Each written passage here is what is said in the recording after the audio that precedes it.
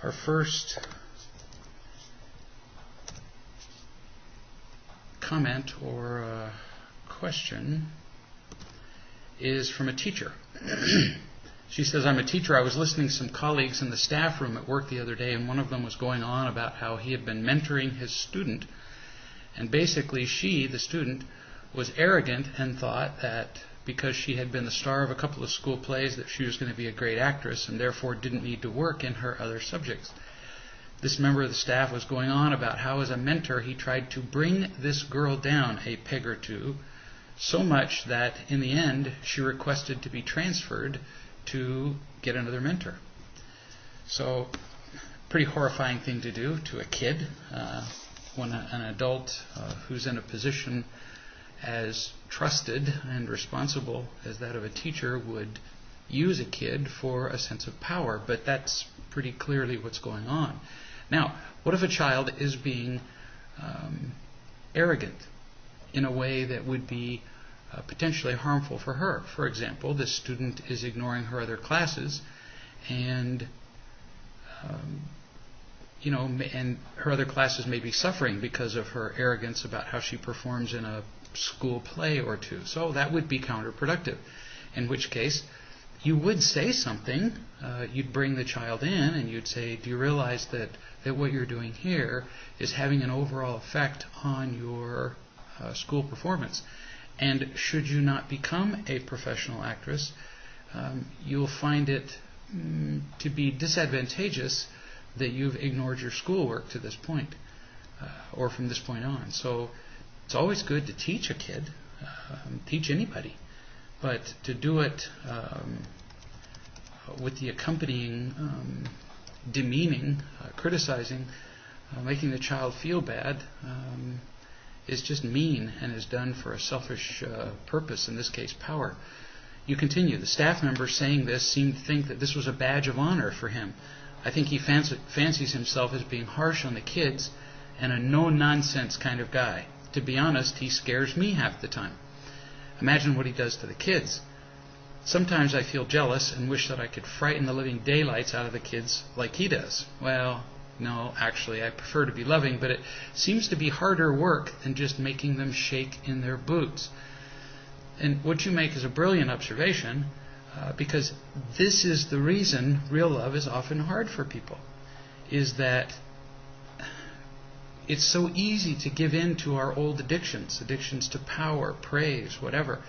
With real love, we teach, and although the end result is far more effective and far more powerful, in the short term, because we love unconditionally, we give up our attachment to the results.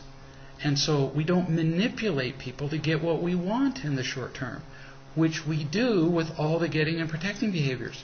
So it's just such a tempting thing when things seem to be not going as we might have wished to reach out and grab control of the situation, of the person, and you may get it.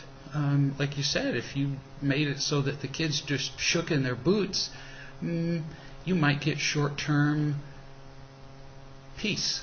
You might get short-term cooperation from the students. But in the long run, will you teach them better? Will they remember what they learn better? No. What they do is they cooperate because they're afraid. And people don't learn best under those circumstances. Anyway, you continue. During the interaction where this guy was going on, other staff were chipping in to gossip about this kid and generally agree that, yes, this girl was a little prima donna, or say that she was okay, but then they would chip in with some story of this other kid that they had in their class who was a real pain in the backside. Am I right that this was an imitation love fest? Well, sure. So they're sitting around looking for each other's approval. They're getting a sense of power by putting these kids down. They're feeling like victims. I mean, it's an orgy of imitation love. Again, tempting and almost universal. Everywhere we go, people do this. But it doesn't make us happy, and it can't. But boy, those short-term feelings of power and pleasure and domination and acceptance are just almost irresistible for most of us, which is why we stay stuck in them, because it really does become an addiction and then we can't quit. You continue, I just felt tired listening to all the complaining, and to be honest, increasingly, I really don't want to complain about kids. I find myself doing it sometimes, and I want to stop. At times, I can do it about certain members of the staff as well, which I also don't like and would like to stop. I think that the only reason to do this would be that I didn't feel loved and needed the invitation to fill the hole. Is that right? Sure. If we felt sufficiently filled with the most powerful sensation, the most rewarding feeling on earth, which is to feel unconditionally loved, why would we ever pick at people? We just wouldn't do it. So the times that we do, it's obvious that we don't feel loved. And so we're trying to fill up that emptiness with something. And it's ridiculous that we do it. It's ridiculous that we settle for essentially garbage, like you said. You find yourself doing it. You complain about the kids. You do it with certain members of the staff. But it's not very satisfying, and you want to quit. And that's because you have caught on already, as many people never do, that it will never make you happy. So you continue. What's going on when I or others put kids down? Power? Yes. I caught myself getting frustrated with my older students today, 17-year-olds, because they just don't have any work ethic. They look half asleep in the lesson. And it feels like I have to work hard as we're doing difficult text, and I'm trying to make it interesting. But whatever I do, they're not interested. And often they do not spend enough time in the work set to do outside of the class. In other words, homework. Not like me, who is always a dutiful student, you said. What am I doing wrong, as I'm sure it will be about me, as it usually is? The only reason that loving unconditionally is harder for us in the beginning is because we don't have it to give. Once we have it to give, loving is way easier than all the controlling and all the other things that we do with kids that are not loving. So it's only harder because you don't have it. So what's the solution? Simple as it sounds, get more. And so you spend the time that it takes, the commitment to reach out and connect with other people and tell them who you are and experience what it's like to feel unconditionally loved. And then there's the step of faith, which is the faith to feel that what they're giving you is real and to believe it, to trust it. So as a teacher or as a business leader, as a parent, anybody who has any kind of responsibility over another human being is a teacher or is a parent. It's pretty much the same role. Always look at what you could be doing better. If the students are not responding well, so how could I be more loving? How could I be a better teacher? What could I do to be more creative? What could I do to involve them more? And if you look at the last video chat, we talked a good deal about what teachers could do to involve their students and more actively love them as they're teaching. But while you're doing this, while you are looking at yourself and asking, what could I be doing better? Also remember that you're not responsible for their happiness. You couldn't be. By the time they come to see you in class, like you said, the 17-year-olds have already spent 17 years with their parents, other teachers, grandparents, cousins, friends, hundreds of people who in most cases have not been unconditionally loving to them. And so if you've got a kid who has just been worn down and it's wearing, it's exhausting, it's like being just pounded all the time, day in and day out with, I don't care about you, you're not worthwhile, you don't matter to me, if you screw up I'll withdraw from you, if you screw up I'll be angry at you. They hear this pounding message that just wears them down, and they get to a place where by the time they come to your class, and here you are trying to be unconditionally loving, they don't even recognize what you're doing. So 17 years of this before they get to you, and then you wonder why you're having a hard time with them. Well, you were preceded by so many terrible teachers.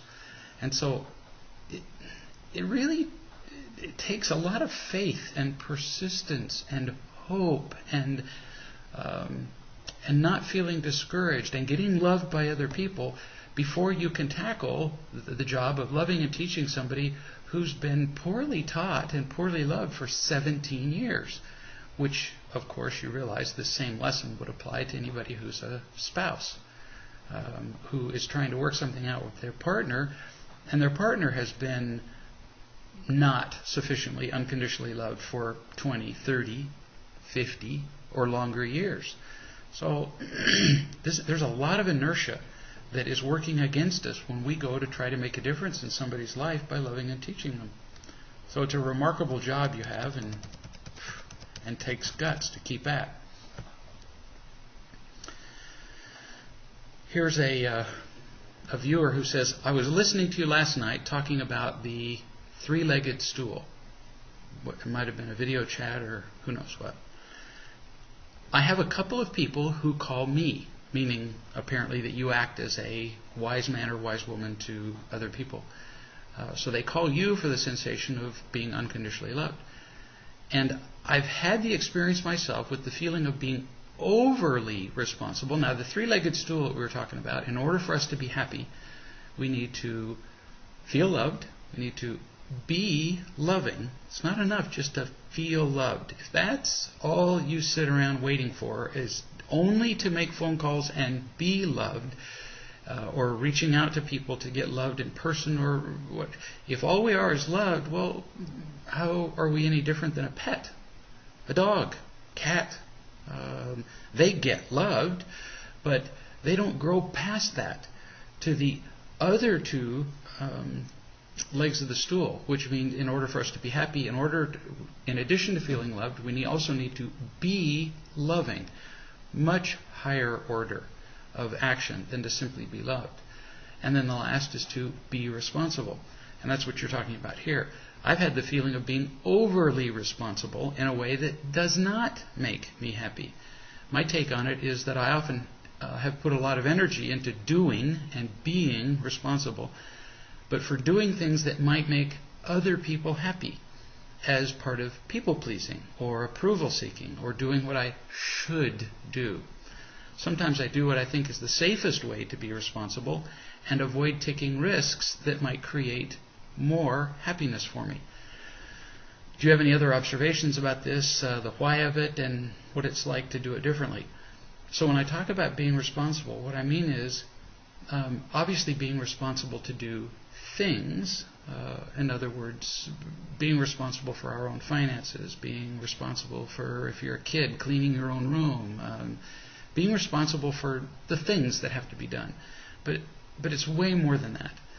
We also have to take complete responsibility for our behavior and how we feel. So that instead of saying to somebody, I'm angry because of you, which is what we almost universally do, you made me angry, is to recognize that if I'm angry, there's something wrong I'm doing. I'm believing a lie. I'm having an expectation. It's something that I'm doing. I'm making you responsible for my happiness. I'm not doing enough on my part to get filled up with unconditional love, so that a little thing like what you did, and you may have actually done something unkind, but if I were sufficiently loved and loving and you did something unkind, that wouldn't bother me, because I would have the greatest power in the world. But so if I do get angry after, not because of, after you have done some unkind thing, then the real reason isn't because of what you did. It's because I don't have enough unconditional love in my life. If real love eliminates anger, then when I'm angry, it's pretty obvious I don't have enough. And I have to take responsibility for that. I have to say, I could have chosen to be loving. I could have done more to fill my life with the feeling of being unconditionally loved.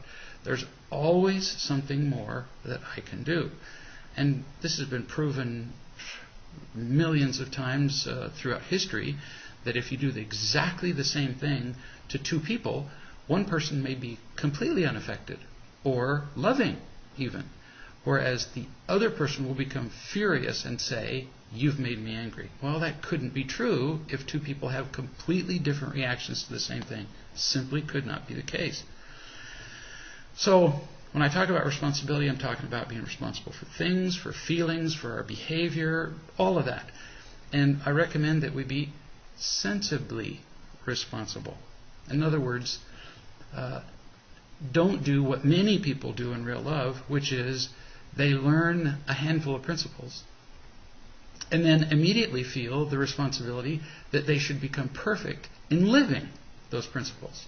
So they learn about what unconditional love looks like, what it means to be gracious and caring and not respond with anger. So they say, all right, so I should be able to do that. Then they screw up and they beat themselves up. Well, see, that's overly responsible. You want to admit that you made a mistake, but to go past that and then beat yourself up and say, oh, I knew better. I should never do this again. Oh, that's taking on yourself a level of responsibility nobody could live up to. Just because I learned the principles once doesn't mean I can now do it. In the same way that just because I watch a video on how to hit a baseball or swing a tennis racket or a golf club doesn't mean I can then go out and do it perfectly, or in most cases even do it well. It really takes practice and patience for us to be able to implement these things. So don't be overly responsible in that way. And then we should never take upon ourselves the responsibility of other people's happiness, which is where we just make tragic mistakes. So I do the best I can to love you. I'll screw up. I'll be imperfect. I'll be foolish and stupid maybe. And then you become angry because of something I did. Well, I can't take upon myself the responsibility for your feelings. If I do, I'm going to end up manipulating people, trying to please them. It turns into an imitation love exchange, and everybody's doomed. So in the same way that I have to take responsibility for my feelings and actions, I have to understand that other people are also responsible for theirs. So the third leg of the stool, responsibility, means being responsible for you, not for everybody around you. You make that mistake and you are going to chase your tail for the rest of your life. And you'll never be happy because people's reactions vary from moment to moment. And trying to make them happy is miserable. Even if you succeed, you're still doomed because now you have to do it again and again and again. And if you try to please people who have the expectations of you, they're not going to feel loved. So who wins? It's a disaster. You also talked about that you sometimes find a safe way to be responsible and avoid risks. Now, rather than true responsibility, what that sounds like is that you're looking for a way to appear responsible. And then you don't really have to take risks and be responsible for being wrong. If you're avoiding risks, then you're not being responsible. You're just trying to create the appearance of it, again, to please other people, which is just disaster. And if you want to be responsible for your own growth, which is another level of responsibility, you have to take risks.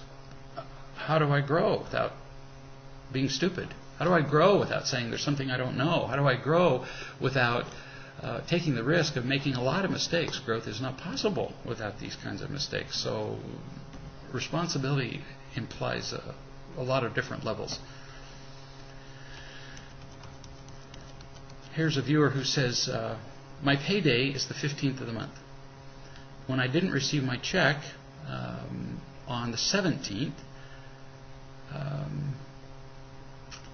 which is the day I got it last month, I became frustrated because I had told a creditor that they would receive a payment from me by the 18th. So I called the owner of the company that I work for, calmly and politely asked him a simple question. If payday is the 15th, should I expect to have the check on the 15th, or does that mean it will be mailed on the 15th? This is very different from how I would have handled the situation before real love. I would have felt victimized. I would have felt offended. I would have come down on him and been, accusatory and critical, accused him of inconveniencing me and so on. Well, again, illustrating the power of feeling loved and being loving.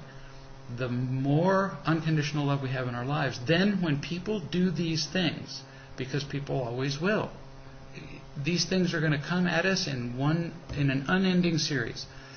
When people do these things and we have sufficient love, it's like big deal. It's just an inconvenience. It can be a bother. It can be extra work, but it's not irritating. It is still inconvenient.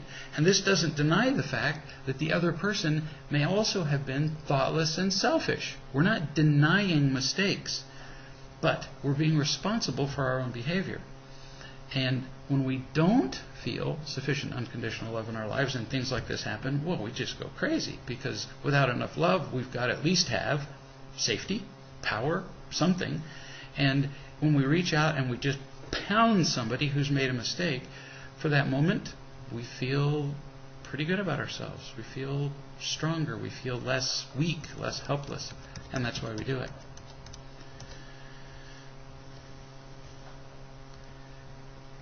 Here's a viewer who says, I was just recently talking with a customer service lady from my bank, asking her to see if I could lower my monthly payment. We had a pleasant discussion in spite of the fact that she could not help me as much as I had hoped. When she apologized, I used it as an opportunity to explain how I did not see myself as a victim here, and only I am responsible for my situation. I do not feel entitled to anything from my bank. Each purchase was my choice.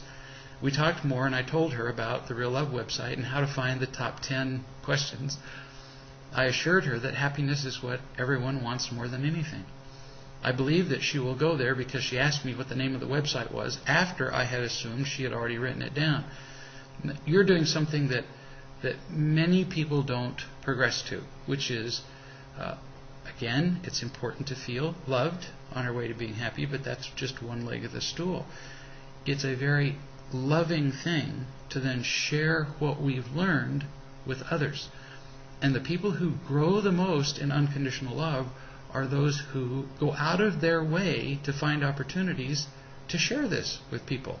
It's fun to do that. I mean, you can just be talking to somebody in a line at the bank who's griping and complaining and saying, I just hate it, because you hear people do this all the time. And you can, in very unobtrusive way, say, I've learned that the people who are up there are almost always doing their best. And it's my choice whether I get upset or not. You're not telling them not to do anything. You're not lecturing them. You're not disciplining them, criticizing them. You're just telling them something you've learned. And if they're interested in learning more, like if they want to say, like if they want to know where you learned this, it'll be very easy for you to know, because they'll ask. They'll say, well, where'd you learn that? Or wow, that's an unusual attitude. And then you can tell them, these are principles that I've learned on a website, on a book, in a book, whatever. You're sharing the increased happiness, or at least the principles that led to the increased happiness in your life with other people. Very loving thing to do. And the more you do that, you're going to discover that you connect with that abundant stream of love that is really everywhere in the universe. That's how we connect to it, is by being more loving to people.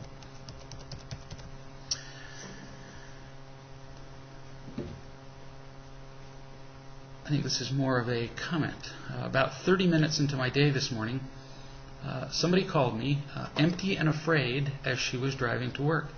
After listening to her, I shared the humor in her situation, and she was laughing about the ridiculous thinking that we share about both of our circumstances. She said she wanted to call more people after we hung up. But I didn't feel like I'd failed. I felt like I could reach out and love her with my own unique gifts, not better or less than anybody else's, just different. So what you did was a very beautiful thing. You didn't fix her. You didn't tell her not to feel the way that she was feeling. Don't feel empty and afraid. You just listened and you shared with her some experiences from your life. You understood her. Sometimes even just in silence people can get that. Just by our saying, wow, I really understand. That's a terrible feeling. And then sometimes teach them, which is what you did, to point out the humor in what she was doing. To say to somebody who's going on and on about how people are terrible and stupid and they're failing to meet their expectations, it can be really a very loving and can really break the ice when you say, something like, so pretty much nobody's remembering that you're the center of the universe. Have I got that right? Not telling them to stop, just helping them if they're willing to see what is causing their feelings. Because it's not what other people are doing. It's their attitude toward what other people are doing. And you did that. That's just remarkable.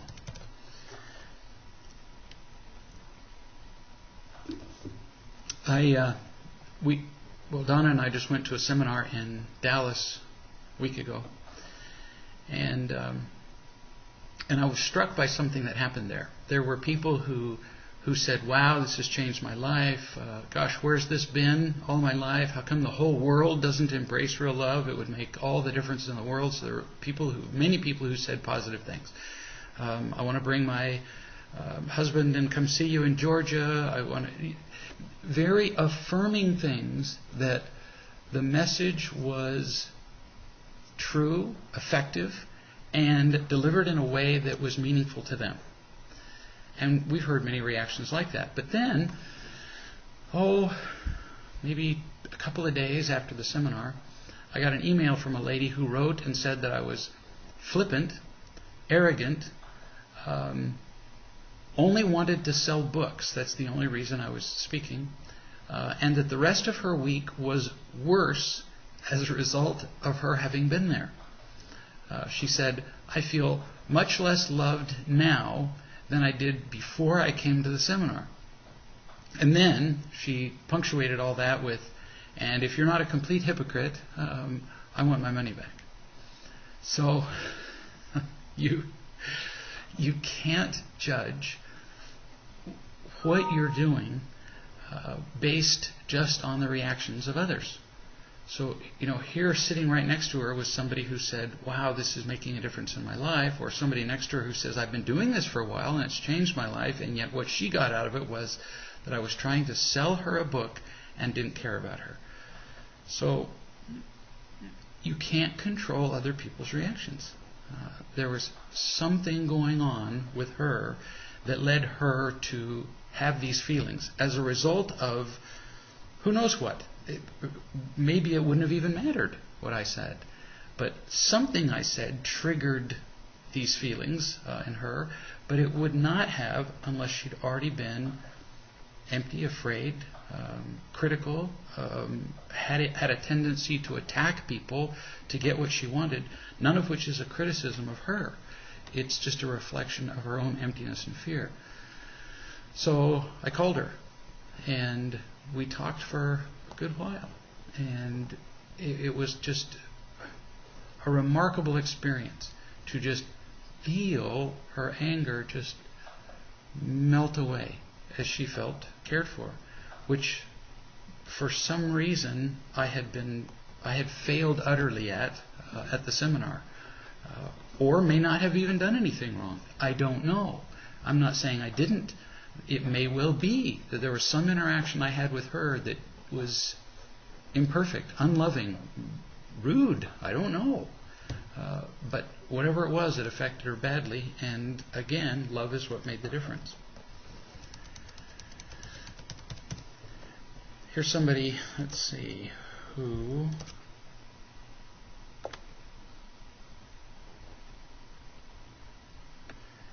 says, I did something bad this morning.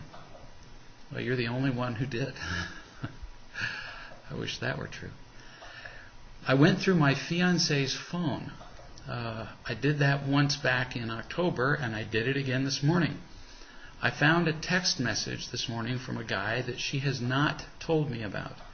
We had agreed that if she was going to communicate with male friends, she would at least inform me about it and not hide anything about her communications with male friends or her friendships with them or anything.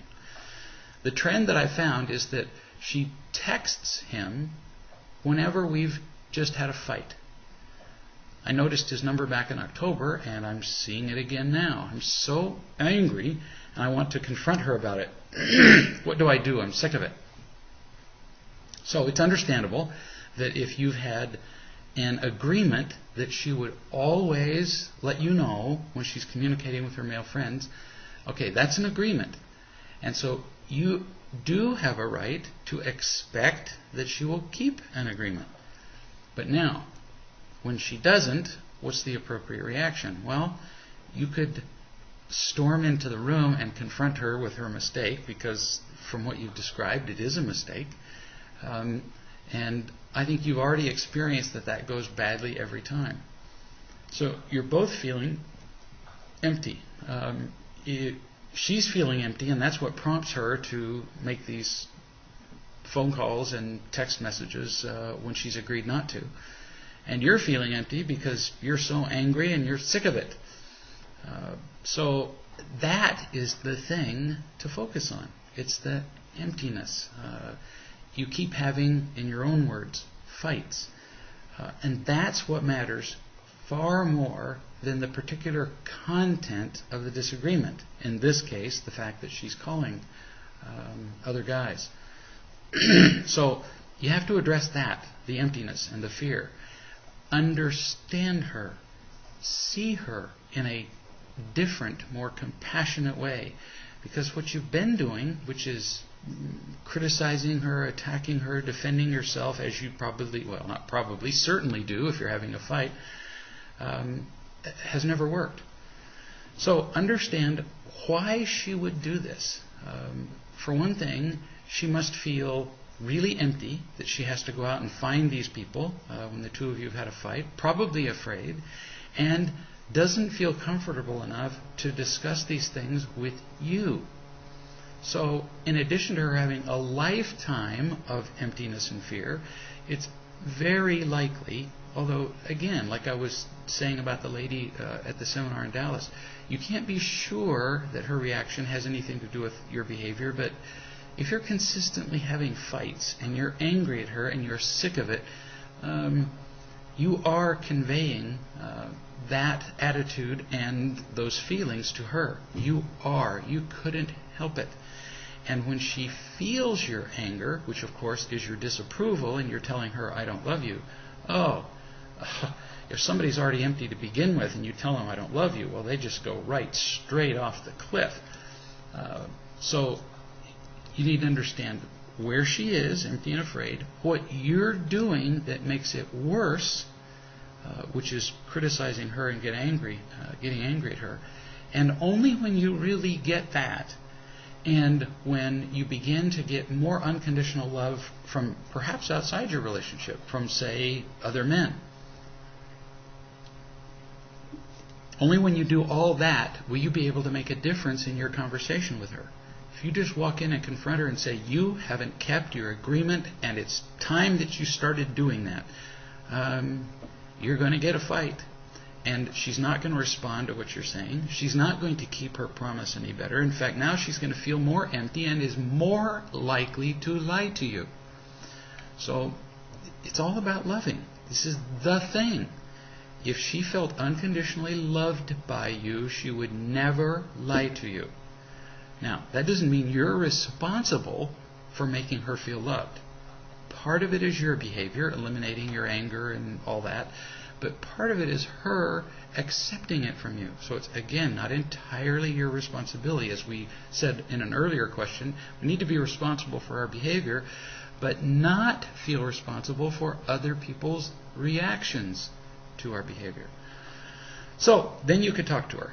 If you can do all that, if you can genuinely perceive her differently and feel more loving yourself, and then you might say something like, and don't write this down word for word, but then you can bring up what happened. You can say, look, we had agreed that you would tell me when you talk to other men, and lately I've had the feeling that you're not telling me.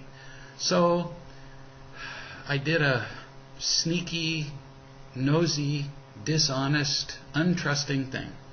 I looked in your phone. And I shouldn't have done that. I should have just asked you if you're telling me about all the conversations you're having with guys. But I didn't. I screwed up. So I screwed up. I was wrong. I admit that. But now I want to talk about what this means for us. The fact that you've done this when you agreed not to. Because what it means is you wouldn't do this unless you felt empty and needed connection, but somehow you're not getting that need for unconditional love, that need for trust. You're not getting it from me. And that concerns me. You must be afraid of my reaction, or you would have told me the truth.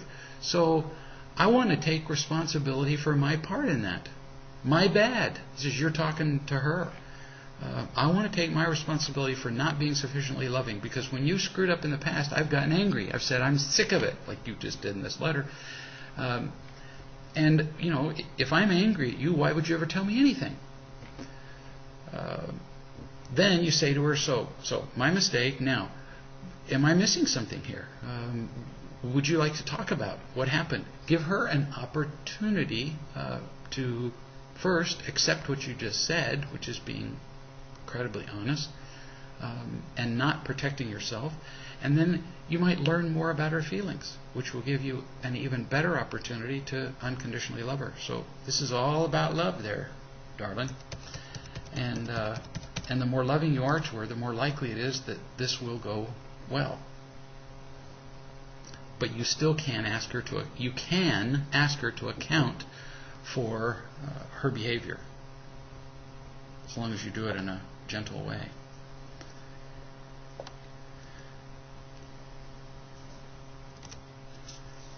Here's somebody who says, I had my hair done on Friday, and I'm not happy with the way they did it. I believe that I asked for my hair to be done one way, and the girl decided to give me what she thought was best, to do my hair the way that she thought it would look better instead of what I asked for. Do you have any suggestion of how I can address them when I go in so that I can avoid being accusatory and victim-y?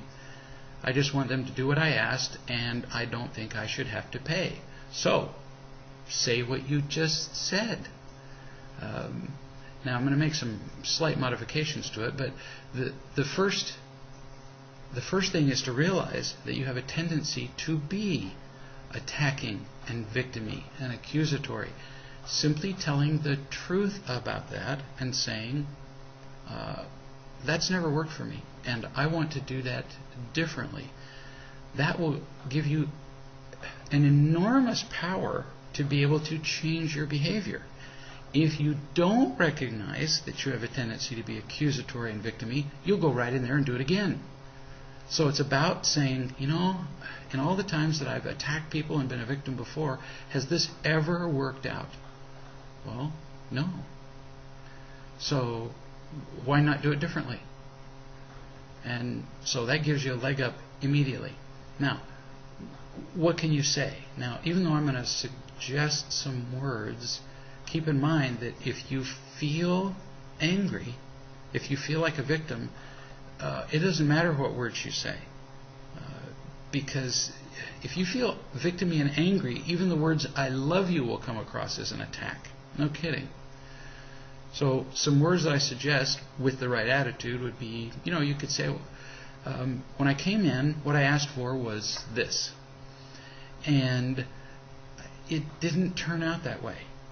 Now, I should have said something right then, but I was feeling afraid. I didn't want to make anybody feel bad, and so I walked out with it.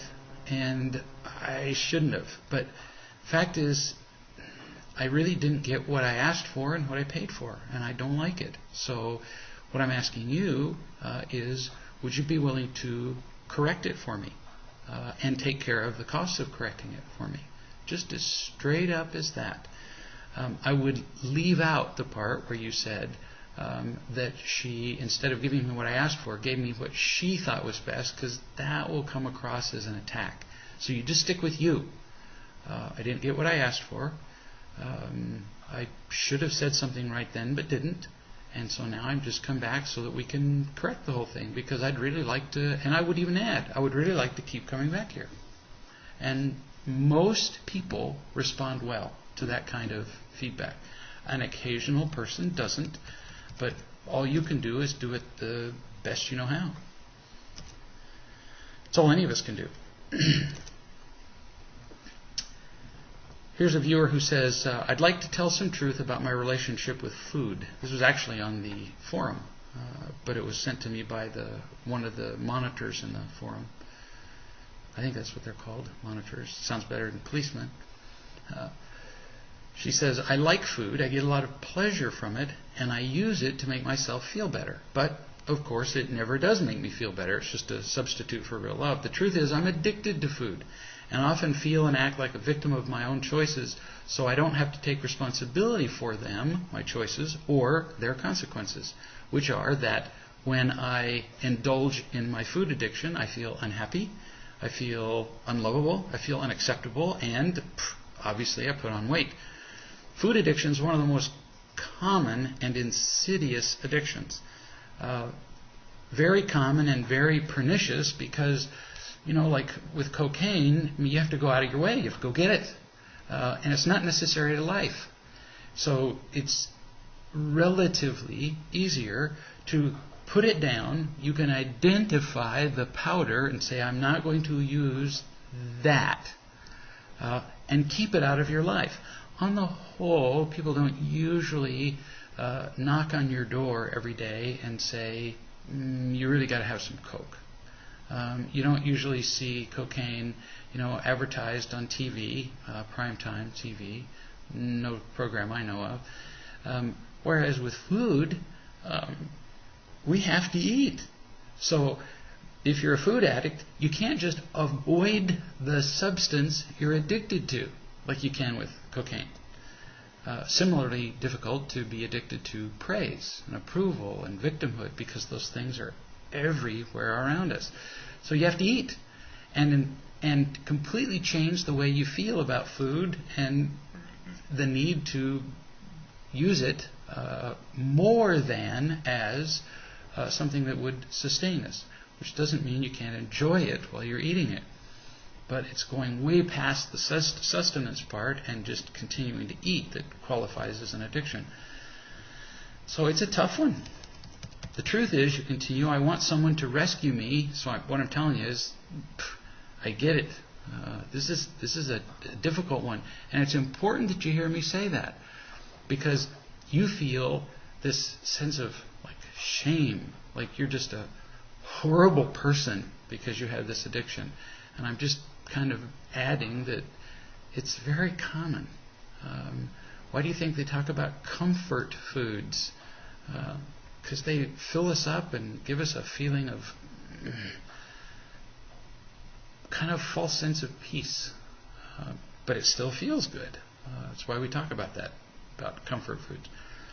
Truth is, I want somebody to rescue me from my choices and tell me everything is okay, even though I know it's not helpful for me to continue to use food in the way that I do. Well, who doesn't want to be rescued? I'd love to have somebody come and take all my problems away from me too, including my addictions. Thank you very much. It would make life so much easier. But of course, every minute that we wait to be rescued is a minute that we don't involve ourselves in, really addressing the cause of our addiction and changing our behavior. I also still have the unhelpful beliefs, that is, lies, that if I eat too much to fill an emptiness, I'm unacceptable, unlovable, and bad. That's the whole root of the deal, sweetie. And it's not just about food. It's that you feel unacceptable, unlovable, and bad whether you eat too much or not. That's why it never works. So no matter how much you eat or how much you refuse your desire to eat, you still feel unlovable and bad because somewhere you got that message. And we almost all get it in childhood. So, you were told that who you are is not okay. And most of us got that message with little frowns and scowls and sighs and 1,000 different ways. So again, you're not unique in this, kid. It's a problem shared by almost all of us. We just indulge in a variety of addictions. Food's very common. Money, power, sex, praise, approval, gambling, driving fast, blah, that goes on and on. This is just one of them.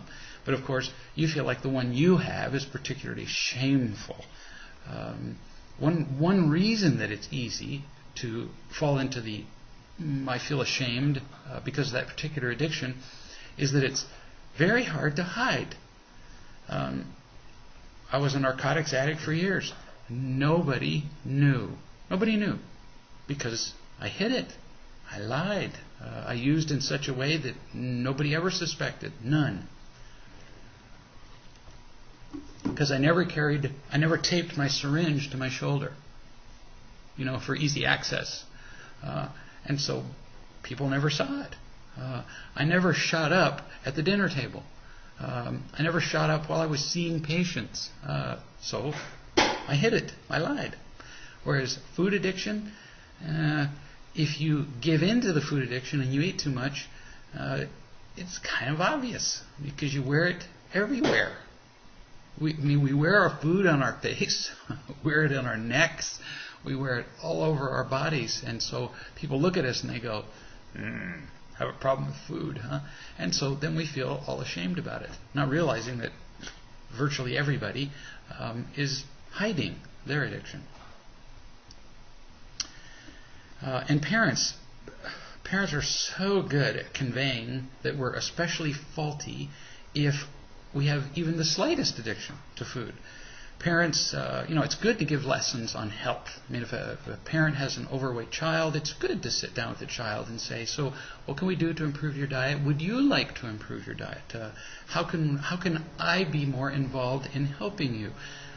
Because there are health risks associated with eating too much. There are social consequences to eating too much.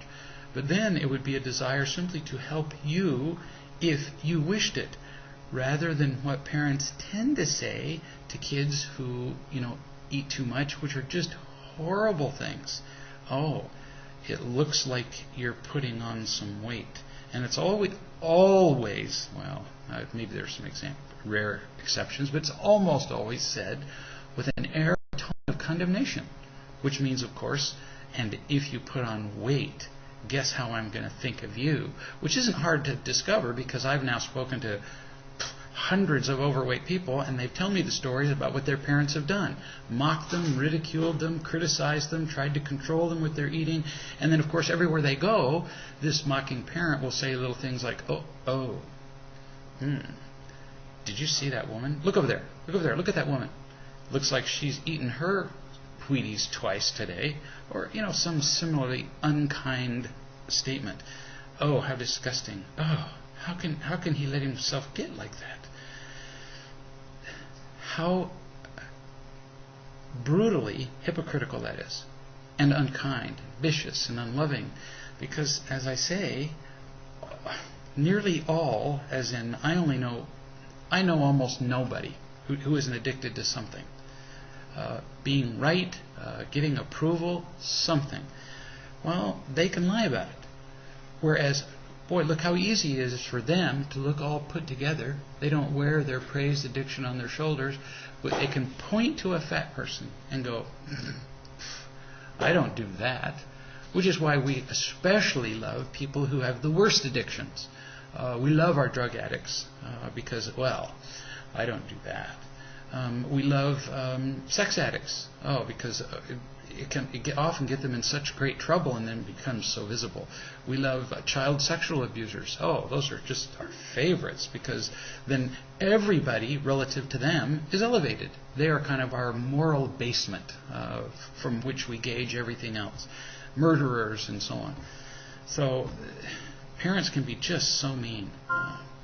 And we have a tendency to make fun of anybody who's obviously different, and boy, obesity is a real favorite of ours. You finish. Most of my life I've compared my appetite, my size, and my lovability as a result of these things with my sister. I believe that my difference from her and other people somehow makes me inferior and therefore a victim and unlovable, also a lie. Like we just talked about, these people who make us feel bad for our addiction don't ever tell the truth about theirs, do they? Because I've been around people who've done this. Oh, look at that fat person. But then they don't say in the next breath, but you know, that's pretty mean. I have my own addictions that affect people a lot worse. Which is worse? Somebody who, for example, shoots up cocaine but lives by themselves and affect only themselves. Somebody who eats too much and becomes overweight. Or an unkind father or mother who then brutally affects and damages their children for the rest of their lives. Well, no contest here. Much better to be an overeater or even a cocaine user than to be somebody who's going to affect the minds of little children for the rest of their lives. And yet, how many of us condemn the way that parents treat their children when it's unkind and unloving on so many occasions? But we don't. Just love to pick on our addicts. So you said, I'm learning not to believe these lies all the time, but sometimes, in particular recently, they've resurfaced and I realize that they're still there underneath, even if I wasn't telling the truth about them to myself or others. So, you know the solution. I mean, we eat or we have any addiction because we just feel empty. There was an Oprah show recently, in fact, where she said, I finally realized that I'm not hungry for food, I'm hungry for love. Well, yeah, you think. And yet, that statement was never followed up. And people say, oh, yeah, I get it. But if people don't know what love really is, how do they ever fill their emptiness? So then what they do is they bounce around the rest of their lives filling themselves up with imitation love, with conditional approval, with praise, and say, well, I just need more of that. I just need more and more of it, and then I'll get rid of my compulsion to eat. No, you won't. You're just switching addictions. It's just like the many alcoholics that I've known who, when they've gotten into trouble drinking whiskey, for example, switch to beer because that'll be so much better. All you have to do is drink more beer. Hysterical. So you get more loved and you talk about it to people just openly, honestly. You tell them, look, I'm still got this food addiction, and you just let them love you for that and for probably any number of other addictions that you use, and bit by bit the compulsion to eat starts to decrease. And I've had that experience with quite a number of people who overeat, who say that the more they feel loved, the less they eat, smoke, drink. I was talking to a man just the other day who's a bit of a sex addict, and he said, just as a result of the conversations we've been having in the last while, he says, I've noticed that I don't have the compulsion to have sex as often as I used to. Well, of course. It's just something that we have to trust and then pursue. Here's a viewer who says, my husband got some results today from a recent biopsy. He has been diagnosed with cancer and has to undergo more testing to determine the exact type. He seems like he's denying it because he's acting almost giddy. I don't know how to relate or support him when he's behaving in this way. My thought is to just watch him, accept that this is how he is. It just feels weird because I know that this is an act. Should I just keep watching? I've seen people do this. They get a serious diagnosis of heart disease, cancer, whatever, and I'm not telling you that this is the case with him, but I'm telling you I've seen it with other people who actually like it, because up to that point in their lives, they really haven't been special. There's really nothing that singles them out from other people. But when you say to people, I have cancer, now suddenly, poof, you got everybody's attention. Everybody's going, whoa, how are you dealing with this? How are you doing? So, how does it feel? Or they express sympathy. Oh, I'm so sorry to hear that. And suddenly you're a very special person when people believe that you might be dying. And he might be experiencing a sense of giddiness from that. So you could just keep watching him and accepting the way he is, but on the whole, you'll find that it's more loving for you. Now, whether he accepts it's another thing, but it's more loving for you to approach him, to just touch him gently and say, so why don't we talk about this? Why don't you tell me how you're feeling about it? Why don't you tell me, are you feel? You just tell me. How does it feel? What are the thoughts that you're having? What fears are you having? What's going on? And give him a chance to talk about it without necessarily, in fact, you want to avoid doing this, telling him how he ought to feel. That's a very common mistake that we make when people, for example, say they have cancer or they're dying or seriously ill, and the first thing that comes to our mind is, oh, I'm so sorry. Well, this might be the greatest teaching event and means of connecting people to other people and to God in their entire lives. This might be the pivotal thing. And then we come along and say, I'm so sorry. They may not be sorry at all. Now, this giddiness seems a little weird, and we explained that. But at least ask him how he's feeling. Give him a chance to talk to you. And if he senses that you really mean it, that you want to hear what he has to say, then when he eventually gets over this, whatever, like you described it, this act is, then eventually at some point he may come and talk to you instead of just keeping it all bottled up and not knowing what to do with these feelings. Which is another reason, by the way, that some people get this almost overly happy look on their faces when some tragedy occurs, because they have such a need to be seen in a great light by other people that now not only do they feel special, but the spotlight is entirely on them, and this is their chance to appear to be all put together, superhuman. They've got it all figured out. It's a chance for them to have other people say about them, oh, he's handling this so well. Oh, did you see him? He was such a tower of strength. And if that's true, if people really do have a sense of peace about it, well, wonderful. But like you said, if it's a giddiness, that doesn't sound very peaceful. Not my judgment to make. And then you just, like I say, create the opportunity for him to tell you just by being available. A wonderful gift on your part. So we've come to the end of our time together, which I regret.